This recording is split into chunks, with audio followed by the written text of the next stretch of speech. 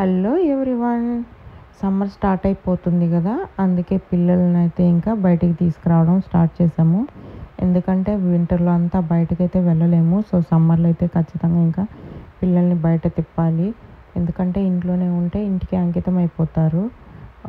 So ఇదైతే ఒక parish అనమాట. మనకి చిన్న చిన్న ప్రాంతాలని ఒక స్టేట్లో చిన్న చిన్న ప్లేసెస్ని డిస్ట్రిక్ట్స్, మండల్స్ అట్లా డివైడ్ చేసినట్టు ఇట్లా ఇక్కడ చిన్న చిన్న ప్రాంతాలని ప్యారిషెస్ అంటారు. అవే ఒక ప్యారిష్ అనమాట ఇది.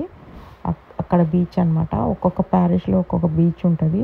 చుట్టూ సముద్రమే, కానీ వాటిలో కూడా మంచి మంచి ఏరియాస్ ఉంటాయి కదా, అక్కడ బీచెస్ ఉంటాయి అన్నమాట. ప్రతి ఒక్క బీచ్కి ఒక ప్రత్యేకత ఉంటుంది. ఇక్కడ చాలా బాగా రూల్స్ అనేది ఫాలో చేస్తారండి. సో ఈ బీచ్లో డాగ్స్ అలౌడ్ అనమాట. అన్ని బీచ్ల్లో డాగ్స్ అలౌడ్ ఉండదు. సో బోట్స్ అయితే ఖచ్చితంగా ఉంటాయి. ప్రతి ఒక్కరు రూల్స్ అయితే పాటించాలి. పాటించకపోతే వెంటనే వచ్చేస్తారనమాట, నోటీసులు పెట్టేస్తారు. సో ఇంకా వేల పౌండ్లు, వందలు కూడా కాదు, ఫైన్లు భారీగా వేస్తారనమాట. అందుకే బాగా భయపడతారు. బీచ్ల్లో కూడా ఎంత నీట్గా ఉంటుంది అంటే చాలా నీట్గా ఉంటుంది. నేను ఆల్రెడీ వీడియోలో చెప్పాను, మా బాబు ట్రిప్కి వెళ్ళారని.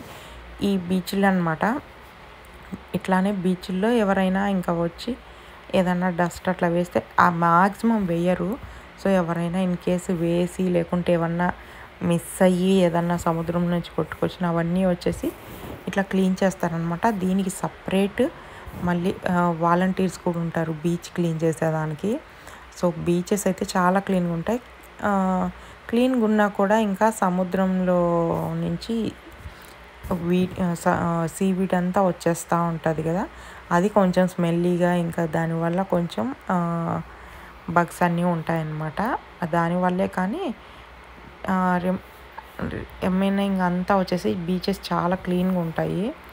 సో ఇవన్నీ ఇంకా వాటర్ అనేది ఇప్పుడు సమ్మర్లో లో టైడ్ వల్ల చాలా దూరం వెళ్ళిపోతాయి అన్నమాట. స్విమ్ చేసేదానికి చాలా దూరం వెళ్ళాల్సి వస్తుంది. సో అందువల్ల పెద్ద స్విమ్మింగ్ అనేది తక్కువ అనమాట. ఈవినింగ్ టైం అయితేనే లోపల మనకి దగ్గరకు వచ్చేస్తాయి వాటర్. కొంచెము మార్నింగ్ టైంలో బాగా దగ్గరలో ఉంటాయి. ఆఫ్టర్నూన్ అయిపోయేసరికి వెనక్కి వెళ్ళిపోతూ ఉంటాయి అన్నమాట. ఉంది కానీ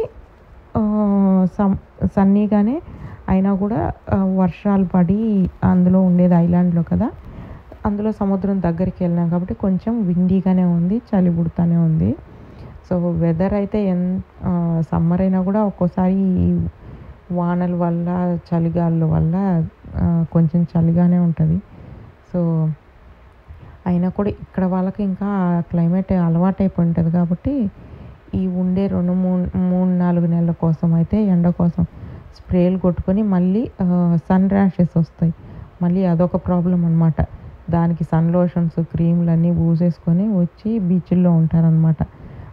ఇంకా విటమిన్లన్నీ వీళ్ళు లాగేసుకుంటుంటారు. పిల్లలు చూడండి ఎంత సరదాగా పోతున్నారో.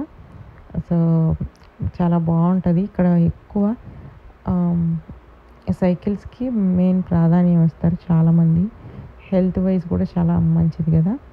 సో ఇదండి మీకు బీచ్ చూపిద్దామని చెప్పి ఇక్కడ పార్క్ అంతా ఇట్లా ఉంటుంది. అందుకే చిన్న వ్లాగ్ అనమాట. Thank you.